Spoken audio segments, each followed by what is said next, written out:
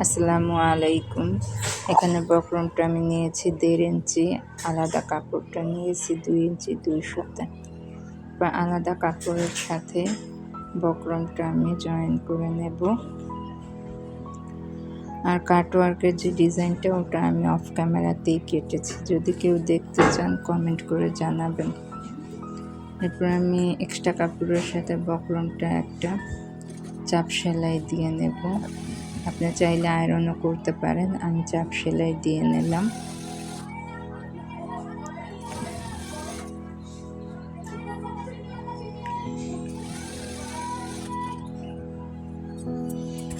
চাপ সেলাইটা দেওয়া হয়ে গেছে। এবার আমি আরেকটা এক্সট্রা কাপড়ের সাথে এইটাকে জয়েন দিয়ে নেব। সুন্দর করে বক্রমটার সাইডে সেলাই দিয়ে নেব। প্রত্যেকটা ডিজাইনে সেলাই দিয়ে নেব।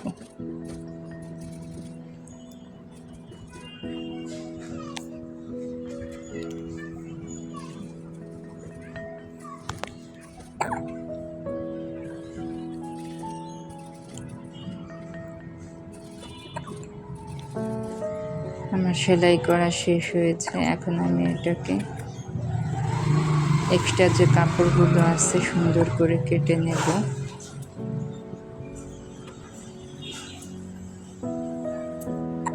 এক্সট্রা কাপড়গুলো সুন্দর করে কেটে নিচ্ছি। এরপর সুন্দর করে কোনায় কোনায় কেটে নিতে হবে। সাবধানে কাটবেন যেন স্টিচ না কেটে যায়। তারপর এভাবে উল্টাতে হবে।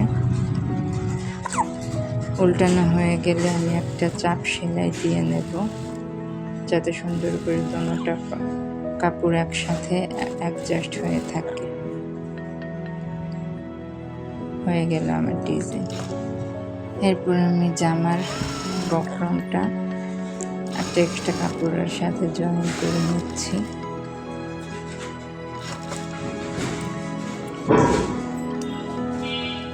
সাইডের বাড়তি কাপড়গুলো কেটে নেব।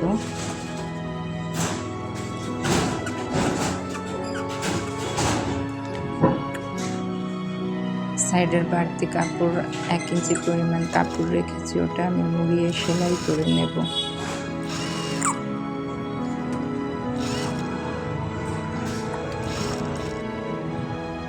কোনাগুলোতে সুন্দর করে ভাঁজ দিয়ে নিলাম। এরপর আমি জামার সাথে গলাটা জয়েন করব।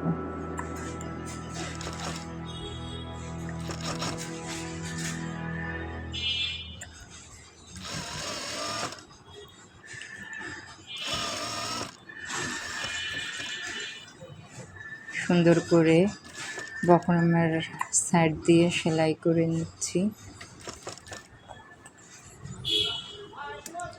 সেলাই করা শেষ। এখন আমি বাড়তি কাপড়টা কেটে নেব।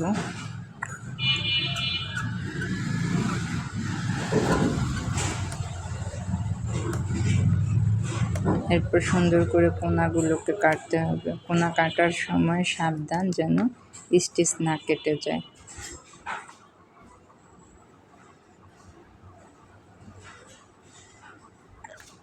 হাত দিয়ে ঘষে সুন্দর করে কোনার ফিনিশিংটা করে নিতে হবে। তারপর আমি একটা বক্রমের উপরে চাপ সেলাই দিয়ে নেব। চাপ সেলাইটা দিলে সুন্দরভাবে গলাটা বসবে। চাপ সেলাই দেওয়া শেষ। এবার আমি গলার সাইডে সেলাইটা দিয়ে নিচ্ছি। আপনি চাইলে লাস্টেও দিতে পারেন, আমি এখন দিয়ে নিলাম। যার যেভাবে সুবিধা হয় সে সেভাবেই করে নেবেন।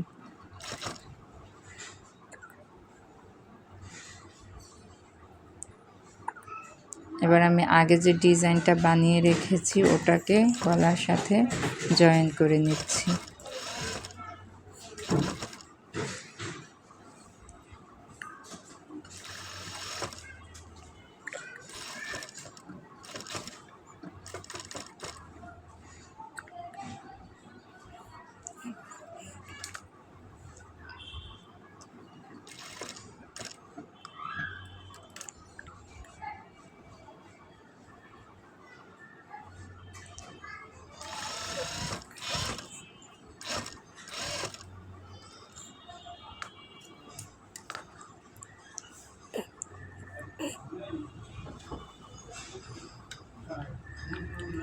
পুরোটা আমার জয়েন করা শেষ। এবার আমি এর মাঝখানে গলার মাপটা, আসল যে মাপ সেটা নিয়ে নিচে একটা এক্সট্রা কাপড় জয়েন করে নিচ্ছি।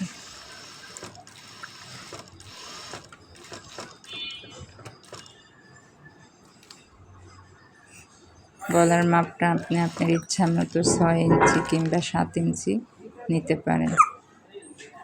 এরপর আমার এই পুরো ড্রেসের ফাইনাল লুক। ভিডিওটা ভালো লাগলে অবশ্যই সাবস্ক্রাইব করে দেবেন।